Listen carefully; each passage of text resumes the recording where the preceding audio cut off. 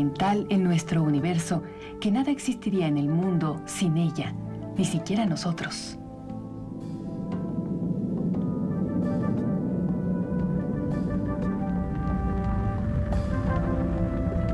Al principio, los humanos descubrieron el magnetismo como un pequeño milagro, una piedra oscura que atraía el hierro con una fuerza invisible. En una época en que el fuego fue domeñado para hacer herramientas, cuando ya todas las estrellas tenían nombre, aparecía algo verdaderamente mágico. Una roca con mente propia. Era un efecto sin causa. Cuando nació la ciencia, lo hizo en la colonia griega de Melitus, 650 años antes de Cristo, en un jueves por la mañana o algo así.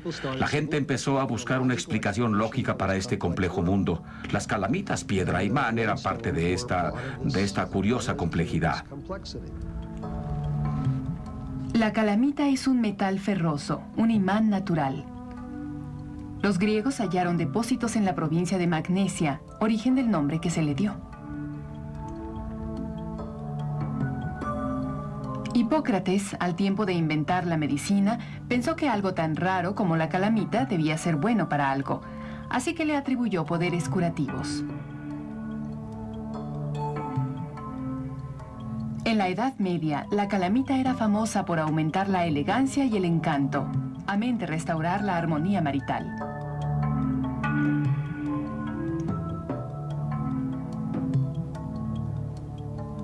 La gente pensaba que curaba todo, desde males cardíacos hasta la gota.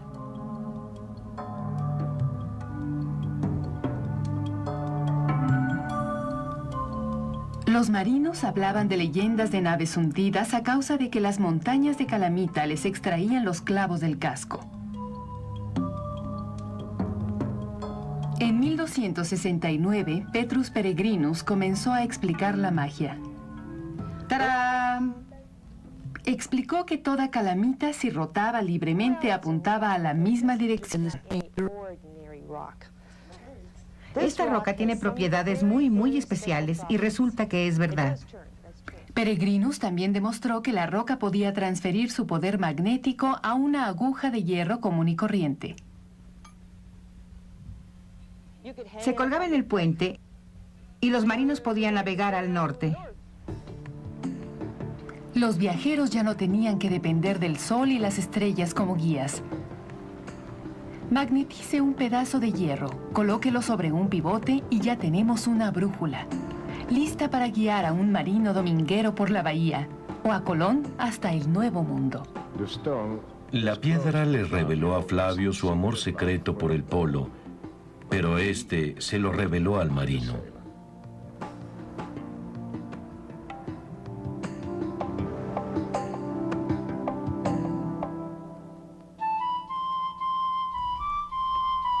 En 1600, el revolucionario tratado de Guillermo Gilbert sobre el imán reveló que golpeando el hierro se provoca un magnetismo en el metal. También dictaminó que una aguja imantada colocada sobre agua no solo apuntaba al norte, sino que se inclinaba también hacia la tierra.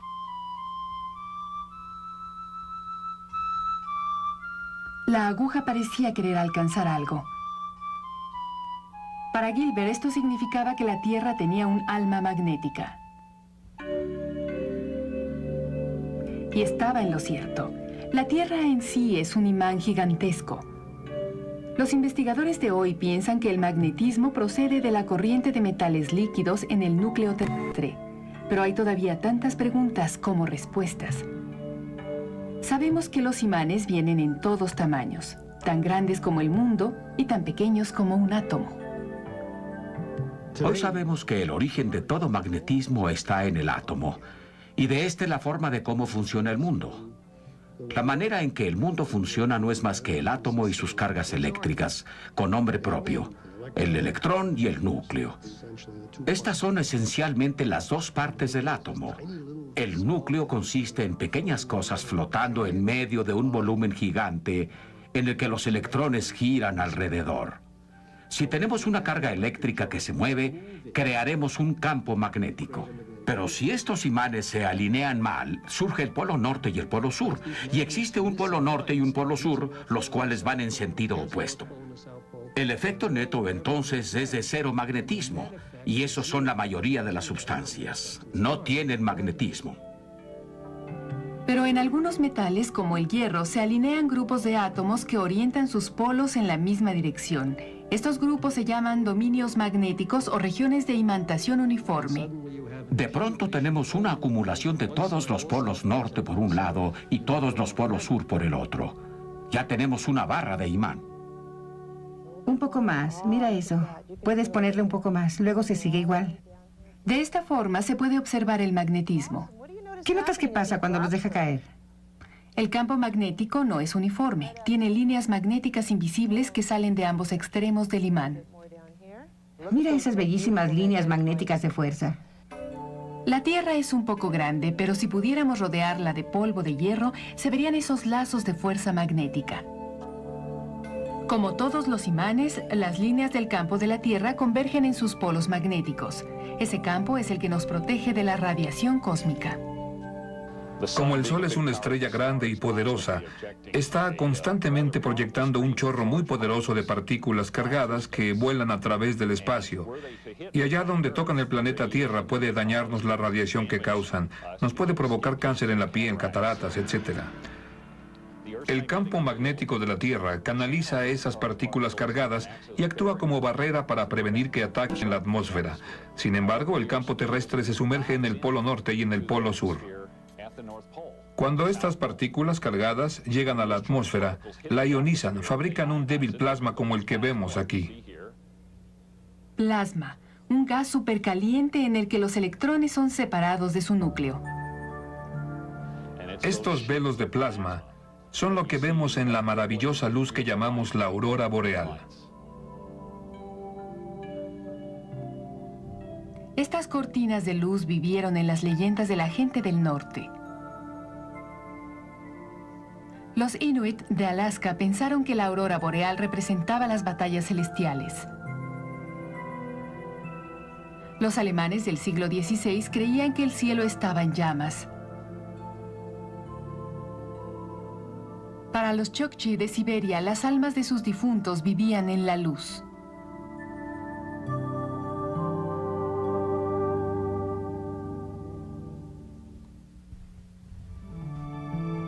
Más al sur, en el calor del Valle de la Muerte, Death Valley, de California, la historia del campo magnético de la Tierra afirma que está encerrado entre capas de roca. Cuando la roca se forma, algunas de sus partículas magnéticas se alinean con el campo magnético del planeta. Con muestras cortadas de las diferentes capas de piedra, los científicos demuestran que la Tierra ha tenido el mismo alineamiento magnético durante 700.000 años. Pero al ir una capa más abajo, las rocas revelan que ha habido épocas en que las agujas de las brújulas no habrían apuntado al norte. Una de las cosas más extrañas en el magnetismo puro es la inversión magnética. La idea de que el campo magnético completo del planeta pueda desalinearse del eje de rotación puede hacer que en lugar de apuntar al norte, el campo magnético apunte al este por un tiempo y después se restabilice y la aguja de la brújula apunte al sur. El Valle de la Muerte es un lugar ideal para saber más sobre la inversión magnética. Existe una falla activa que recorre todo el fondo del valle.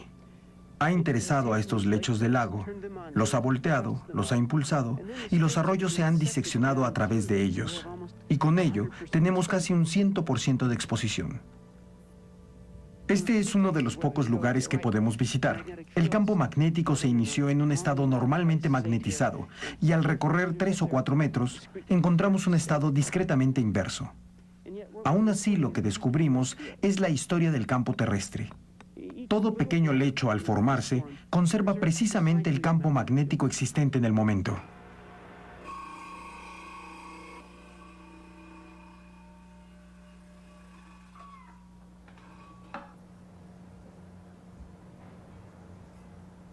Las muestras del núcleo se analizan en un magnetómetro para determinar la fuerza y dirección del campo magnético. Los investigadores usan esta información para trazar un mapa geomagnético que muestra la historia de las inversiones en el campo de la Tierra. Lejos del Valle de la Muerte hay otros lugares para estudiar el geomagnetismo. Los volcanes. El magma derretido que surge de las cámaras interiores de la Tierra alcanzando grandes alturas. Cuando se enfría, atrapa las huellas no solo del campo magnético de la Tierra, sino de cómo se formaron los continentes. Es el magma líquido que se posiciona, se solidifica y luego se enfría. Estos granos se vuelven magnéticos, pero lo importante es que al hacerlo se encierran en direcciones magnéticas paralelas al campo de la Tierra a la sazón. Bajo la superficie, la lava fría encierra la información magnética al crear un nuevo lecho marino. A través de millones de años, se forma un patrón de líneas que crea la línea del tiempo de la inversión en el campo de la Tierra. Estos patrones le dicen al geólogo que a medida que las nuevas líneas se van formando, los continentes van separándose. Estas observaciones han conducido a un importante avance en la comprensión de cómo funciona la Tierra, la teoría de las placas tectónicas. No hay paralelo en la historia de la ciencia en que una colección de observaciones haya hecho un cambio tal en todo el campo. Quizás la única comprobable que dice que estamos en una revolución en biología, aún con ramificaciones. La revolución de las placas tectónicas fue otra de las cosas en geología que se derivaron del magnetismo. En el lecho marino o en el Valle de la Muerte, las líneas magnéticas también contienen pistas de cuándo se invertirá de nuevo el campo de la Tierra.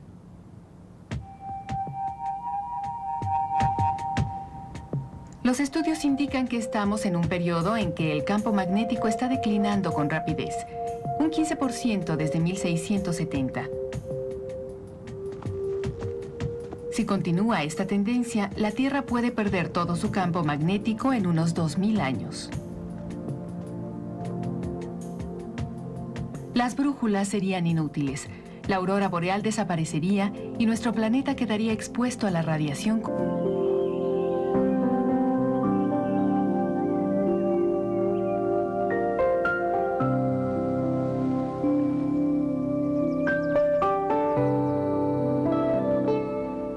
Si observamos a nuestros conciudadanos terrestres, todos parecen saber a dónde van, pero ¿cómo lo saben? El biomagnetismo puede ser la respuesta. Se ha especulado durante mucho tiempo acerca de que el campo magnético de la Tierra proporciona una clave que puede ser utilizada por los organismos, especialmente después de que el humano pudo utilizar el compás imantado como auxiliar en la navegación.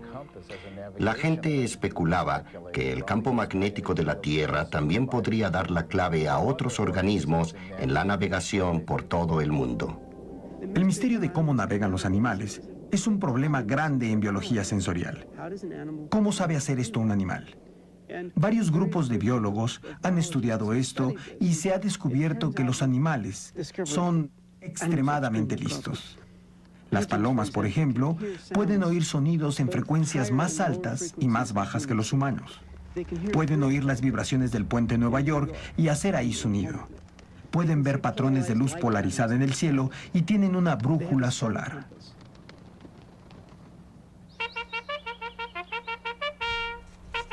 Pero como mensajeras de guerra, las palomas se dirigían a casa sin luz ni puentes que las guiaran. Las aves estaban usando otra técnica para encontrar su camino. La respuesta llegó en un nublado día en 1974, cuando los investigadores de la Universidad de Cornell adaptaron imanes a las cabezas de las palomas. Las aves que normalmente volaban directamente a casa se desorientaron sin remedio. Al ver que las palomas pueden usar el magnetismo para navegar, se iniciaron nuevos estudios en la migración animal. Uno de los aspectos más asombrosos de este trabajo es que hay un gran número de animales muy simples que evidentemente han desarrollado la habilidad de percibir algo que nosotros no podemos ver. Ya avanzó el otoño y en las costas de Florida las langostas están de viaje. Su única oportunidad para sobrevivir es alcanzar las profundidades más tibias y calmadas antes del invierno. Pueden continuar su curso a pesar del hecho de que en ocasiones migran por la noche, cuando hay una tremenda cantidad de sedimento suspendida en el agua y la visibilidad es muy pobre. Aún así, pueden migrar en condiciones en que las olas y corrientes de agua pasan sobre ellas en diferentes direcciones.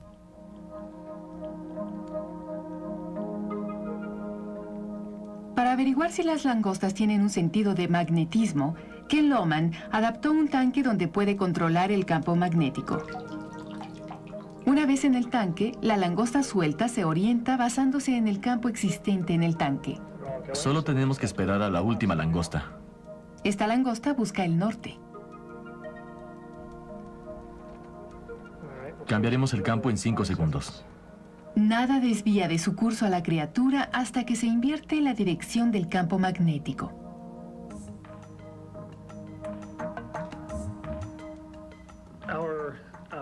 Los resultados de nuestros experimentos en el laboratorio demuestran que las langostas tienen la habilidad de orientarse sintiendo el campo magnético de la Tierra. Esto sugiere que pueden guiarse en su migración detectando el campo magnético de la Tierra.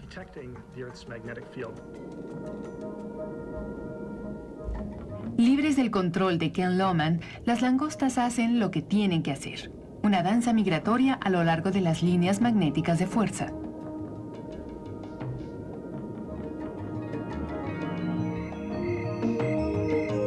La habilidad para detectar campos magnéticos va más allá de las palomas y langostas. Cientos de animales parecen ser sensibles al magnetismo. Este sexto sentido puede ser originado en los minúsculos granos de calamita o magnetita hallados en el cerebro del animal.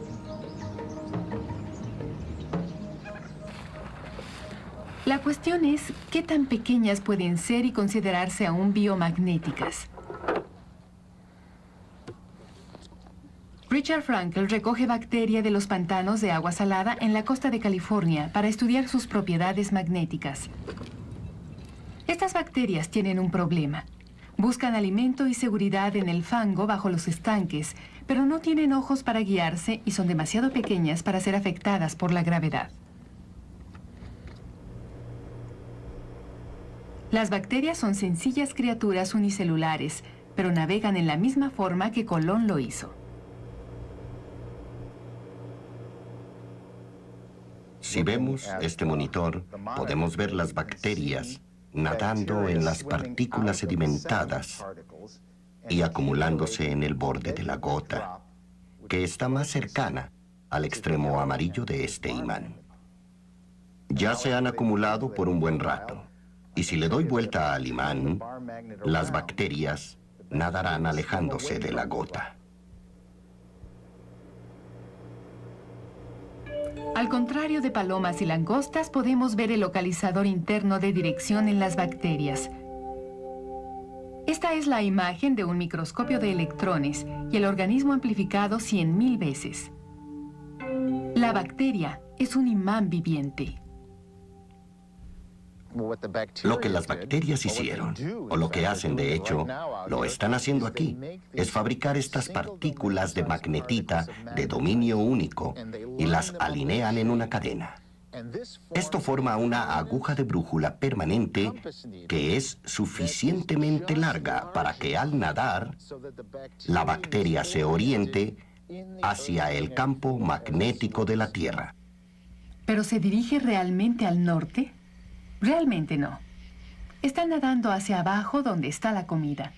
Funciona exactamente igual al experimento de la aguja flotante. Si este fuera el extremo norte de la aguja de mi brújula interna y si mi flagelo estuviera aquí atrás, si empiezo a nadar hacia adelante, el campo de la Tierra me alineará en una dirección particular y empezaré a nadar hacia abajo y el sedimento.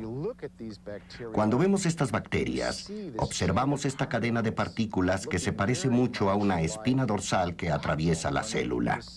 Y hay una correspondencia interesante entre el hecho de que las bacterias pueden mineralizarse, pueden producir un mineral interno, es decir, es lo que nosotros hacemos, eso es lo que son los huesos y los dientes.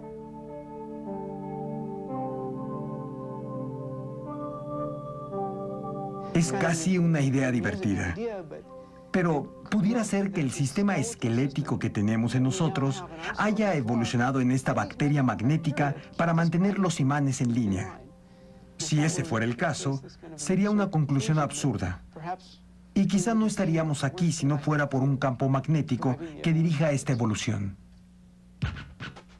Si debemos agradecer nuestra espina dorsal a los microbios magnéticos, ¿será posible que también tengamos brújulas internas? Cuando no está escarbando en el Valle de la Muerte, Joe Kirschvink está en su laboratorio diseccionando tejido de cerebro humano en busca de magnetita. La encuentra, imanes miniatura entre las neuronas. El descubrimiento de un material permanentemente magnético en el tejido humano es una sorpresa. Si tomo un imán, generalmente no se pegará a mi cabeza o a mis dedos. Y la presunción es que probablemente no hay nada ferromagnético ahí, pero igual nadie lo ha buscado.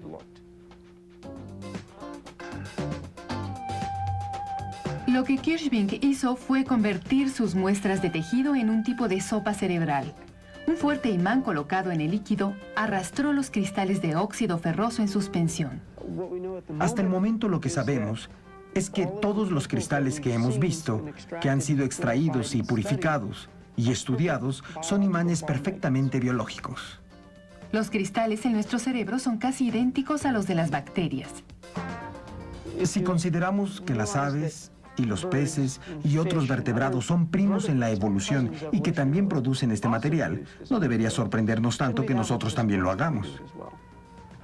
Son nuestros antecesores. Así que tenemos imanes en el cerebro, pero no parece que haya suficientes para hacernos útiles o servir a algún propósito como seres humanos. Quizás en un punto lejano de nuestro pasado evolucionario, la habilidad de sentir el campo magnético fue extremadamente importante para nosotros, y dicha importancia pudo reducirse con el tiempo, así como otros sistemas sensoriales se hicieron más y más complejos. El magnetismo humano puede ser más útil como metáfora de conversación que como localizador de direcciones. Hablamos de gente que tiene una personalidad magnética. Gente a la que encontramos atractiva. Otros nos parecen repulsivos. A los que son muy diferentes los llamamos polos opuestos.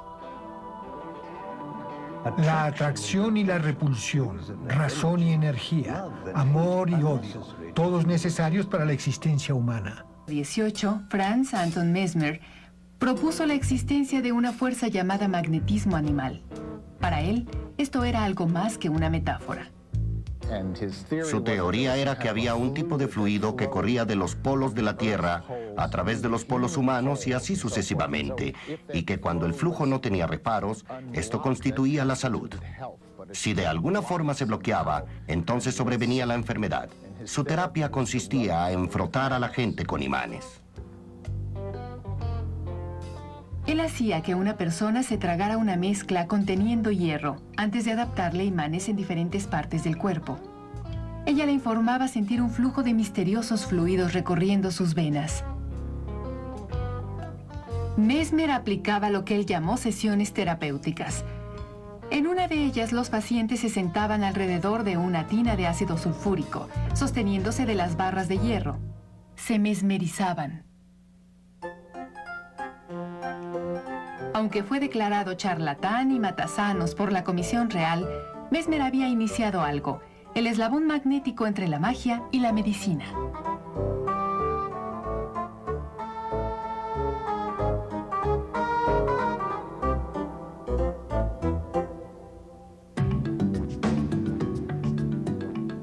$200 años después llegó un aparato que puso a trabajar al magnetismo para la medicina.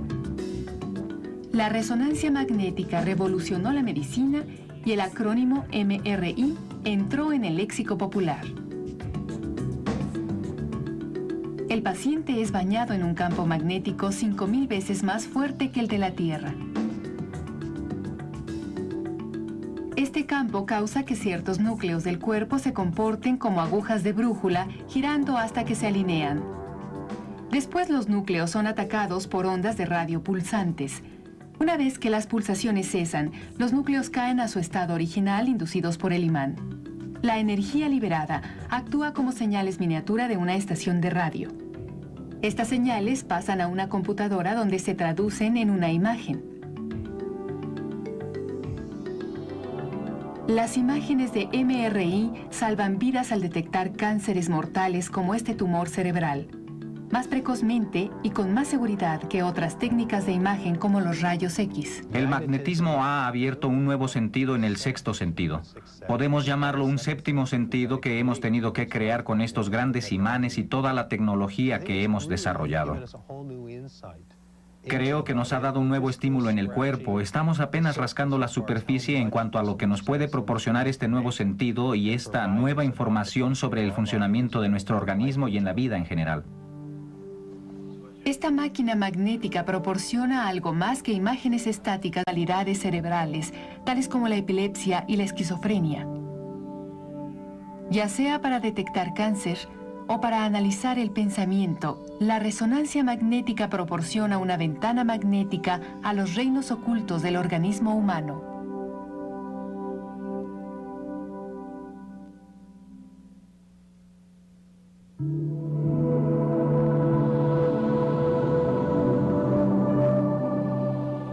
El magnetismo es más que una fuerza invisible que protege la Tierra y que guía a sus habitantes. Junto con la electricidad, el magnetismo encendió la era de las máquinas y creó el mundo moderno.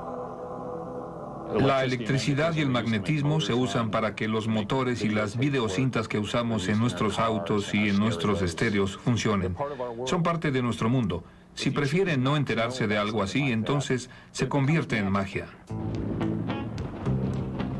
Comprender lo que parecía un eslabón mágico entre la electricidad y el magnetismo se inició con una observación.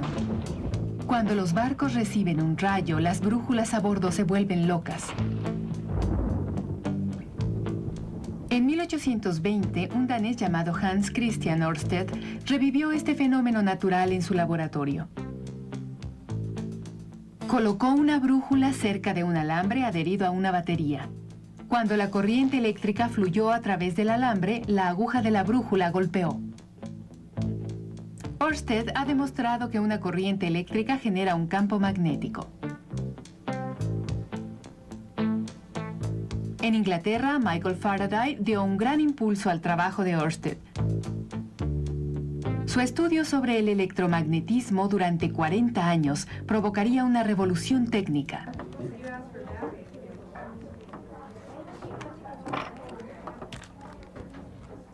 Primeramente, Faraday demostró que un alambre colocado cerca de un imán gira cuando una corriente eléctrica fluye a través del alambre. Ese fue el principio del motor eléctrico. ¿Lo tenemos? ¿Lo tiene? Sí. Tenemos un motor. Años después, Faraday realizó su segundo hallazgo. Descubrió que moviendo un imán dentro y fuera de una espiral de alambre, se crea una corriente eléctrica en el alambre. Ese fue el principio del generador eléctrico. La energía mecánica podía convertirse ahora en energía eléctrica y la energía eléctrica en energía mecánica. Amanecía un nuevo mundo. El desfile comenzó.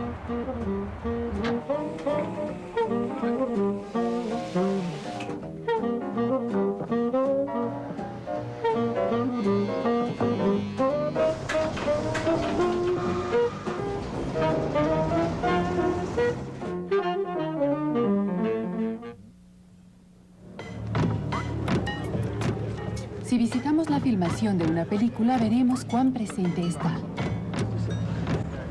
Bien, ¿cómo está el auto? ¿Nos gusta el auto? Está sentado, ¿no es así, Matthew? No, estoy de pie. ¿Estás de pie? Estoy de pie ahora. Hemos pasado de la era de las máquinas a la era de la información.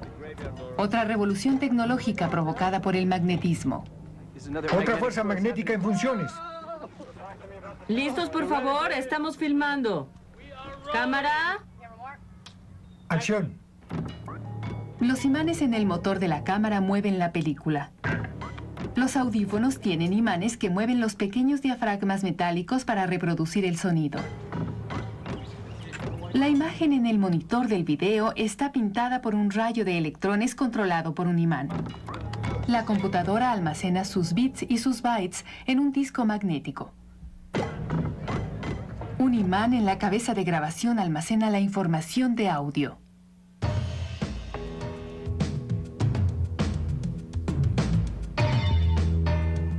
Es interesante reflexionar en el hecho de que una cucharadita de polvo de orín cubriendo el disco flexible y las cintas de vídeo puede almacenar más información que todas las tablas de arcilla del antiguo Egipto.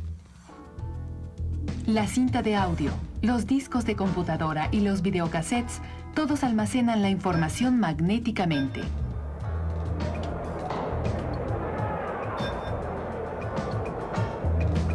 Pero el almacenamiento de información no es la única contribución del magnetismo a la era de la información. Las ondas electromagnéticas nos permiten transmitir esta información al resto del mundo. La función más importante del magnetismo es que puede transportar energía a través del universo. No sentiríamos la radiación del Sol si no hubiera ondas electromagnéticas para transmitirla. Los campos eléctricos y magnéticos que vibran en ángulo recto con relación al otro crean las ondas que transportan las señales de radio y televisión al espacio. Incluso la luz viaja en forma de onda electromagnética. La luz es una vibración donde la parte eléctrica cambiante induce a una parte magnética, que induce la parte eléctrica, que induce la parte magnética. Todo se sigue reinventando saliendo en una línea, y eso es lo que procede del Sol, es el electromagnetismo que nos llega. La fuerza unificada del electromagnetismo que hace que el motor funcione también transporta la luz y energía que mantiene la vida en la Tierra.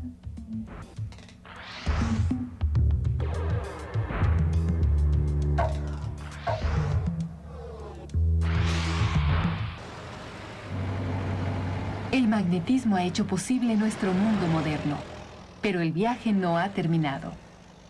¡Silencio! Ahora la carrera está a punto de comenzar. Espera. ¿En sus marcas? ¿Listos? ¡Fuera! ¿Listo? 1. Cuando corramos en el siglo XXI, posiblemente lo hagamos en un imán. Este no es un tren ordinario. Es un vehículo de levitación magnética conocido como maglev, una máquina que usa imanes para volar. Coloque dos terminales norte de un imán juntos y se rechazarán.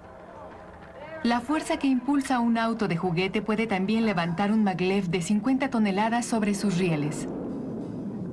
Los fuertes imanes del vehículo provocan fuerzas repelentes en la vía de aluminio, al igual que su rostro se refleja en un espejo. No hay interacción entre un imán permanente y el aluminio porque el aluminio no es magnético. Si este aluminio se mueve, esto provoca una poderosa fuerza repulsiva en el aluminio, y esto es porque el imán provoca una imagen de sí mismo en el aluminio. Ve un imán de la misma polaridad. El polo norte ve al polo norte y lo repele. Los imanes repelentes levantan al maglev a 15 centímetros de la vía. ¿Pero qué impulsa al vehículo? Una atracción y una repulsión. Alternando los campos magnéticos en la vía, se interactúa con el vehículo para impulsar el maglev flotante a más de 500 kilómetros por hora.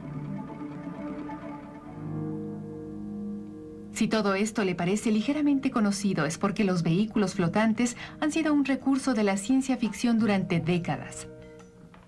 Y los maglev reales han existido igual tiempo. En Nueva York, en 1914, Emil Baseley patentó el primer maglev. Funcionó tan bien que se estrelló contra el muro del laboratorio. A partir de Baseley, Henry Culm y otros han perfeccionado sus diseños del maglev. Con vehículos ya sobre vías en Alemania y en Japón, americanos como Culm están esperando ver si sus maglevs volarán. El magnetismo ya ha revolucionado nuestra sociedad en varias formas. Está cerniéndose, en espera de hacer cosas nuevas.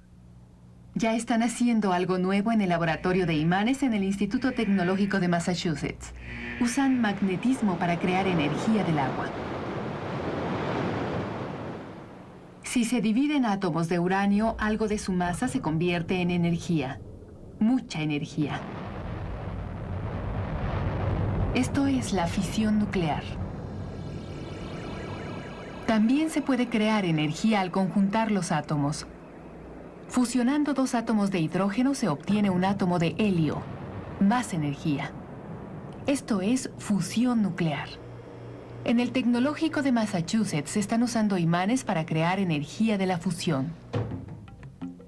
Steve Fairfax es ingeniero en jefe del reactor de fusión de plasma Tokamak en el Instituto Tecnológico de Massachusetts.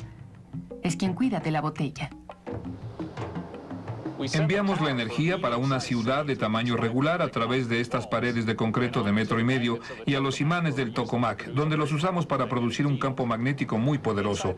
Dentro de Tokamak vamos a calentar un gas a 50 millones de grados. Si el centro solar solo alcanza 15 millones de grados, no hay material en el planeta Tierra que soporte la temperatura de 1 millón siquiera. Hemos usado esta energía para hacer un campo magnético y crear una botella magnética que mantiene el plasma lejos de las paredes de la máquina. En el Instituto Tecnológico usan 56.000 litros de nitrógeno líquido al día para enfriar el electroimán a 350 grados bajo cero. Una vez frío, pueden enviar enormes pulsaciones de energía a través del imán dentro del Tokamak. La fuerza magnética es tan grande que levantaría una pila de autos tan alta como el Monte Everest, y toma 100 pernos como este para evitar que la máquina vuele en pedazos. Dentro de la cámara circular de la máquina se calientan los gases hasta que los átomos pierden sus electrones y el gas se convierte en plasma. Como está muy caliente para otear dentro del Tokamak, Fairfax tiene un modelo que muestra cómo se usan los campos magnéticos para inducir la fusión. Si tomo este imán de herradura y lo acerco al plasma, se puede ver cómo el campo magnético de este imán tiene un fuerte efecto sobre el plasma. Puede moverlo. No usamos imanes de herradura en nuestra investigación. Usamos electroimanes como este. Cuando lo volteamos, se puede ver que el plasma se comprime lejos de las paredes del tubo. Al no tocar el tubo, el plasma está más caliente. No se enfría al tocar el tubo, y esto lo hace más brillante. Este es el mismo principio que usamos en nuestra máquina, solo que este plasma únicamente alcanza a unos miles de grados y nuestra máquina tiene temperaturas de 50 millones de grados. El Tokamak requiere ahora de más energía que la producida por la fusión, pero cuando alcance 50 millones de grados, estarán un paso más cerca de producir energía para iluminar al mundo. Energía para reemplazar combustibles fósiles. Energía económica. Significa que tendremos la forma de extraer energía del agua de mar sin causar contaminantes por elementos combustibles radiactivos desechables. Solo produciremos energía pura y luz. Ese es el sueño.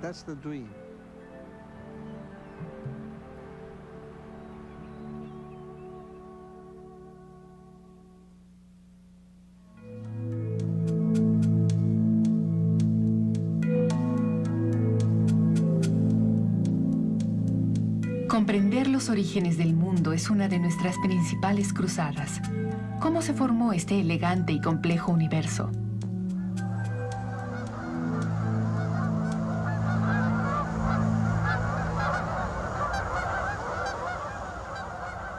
En Fermilab, cerca de Chicago, están utilizándose imanes para imitar los momentos de la creación. Aquí descubren que el magnetismo no es solo herramienta del hombre. La fuerza electromagnética en sí es la clave para descubrir los misterios de la creación. Si observamos desde la punta de este edificio, vemos un gran círculo de 6.5 kilómetros de circunferencia. Las partículas nadan en el círculo. ¿Qué podría ser lo que hace que vayan por ahí? Les daré 26 oportunidades para que descubran lo que provoca que las partículas vayan en el círculo. Los imanes. Los imanes forman un acelerador circular y expulsan partículas atómicas en una extensión de 6.5 kilómetros, 50.000 veces por segundo. Cuando estas partículas chocan, se forma una gran explosión Big Bang miniatura. Del escombro surge una imagen de cómo se inició el universo.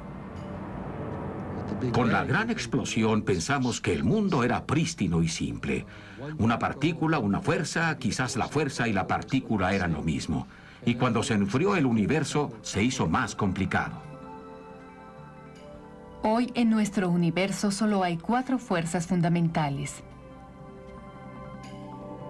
La gravedad, que es lo que mantiene a planetas y galaxias en su lugar. La fuerza fuerte mantiene juntos a los núcleos atómicos.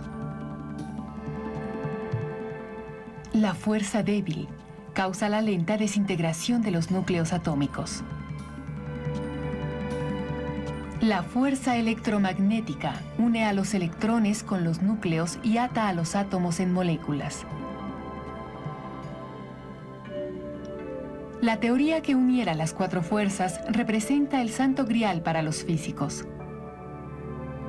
Einstein pasó 30 años de su vida tratando de conectar la gravedad de la fuerza prima que mantiene la Tierra en su órbita alrededor del Sol y hace que las manzanas caigan del árbol y cosas así.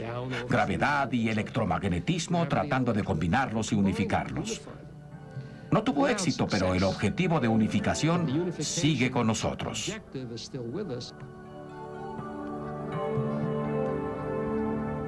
Pero los científicos de hoy día han unido solo 2 de las 4 fuerzas. Actualmente, la débil unificación electromagnética se ha logrado reproducir en laboratorios como el Fermilab que tenemos aquí, ya que el electromagnetismo debilitado es representativo de las temperaturas que se pueden producir artificialmente por colisión en nuestro laboratorio. Para lograr la total unificación, los físicos requerirían de un acelerador de 1000 años luz. Aun cuando tal acelerador se lograse, nadie sabe qué beneficios traería. Pero así ha sido siempre el magnetismo. Desde la brújula a la creación, esta misteriosa fuerza nos induce a un mundo de descubrimientos. Todo lo que ahora podemos hacer, es decir, cuán importante es para la humanidad conocer el mundo en que vivimos. Vivimos en este mundo. ¿Cómo llegamos aquí? ¿Cuáles fueron los procesos de nuestro origen? ¿Cuál será el futuro del universo? El proceso de saber más sobre el magnetismo creará oportunidades enormes para que los humanos vivan mejor.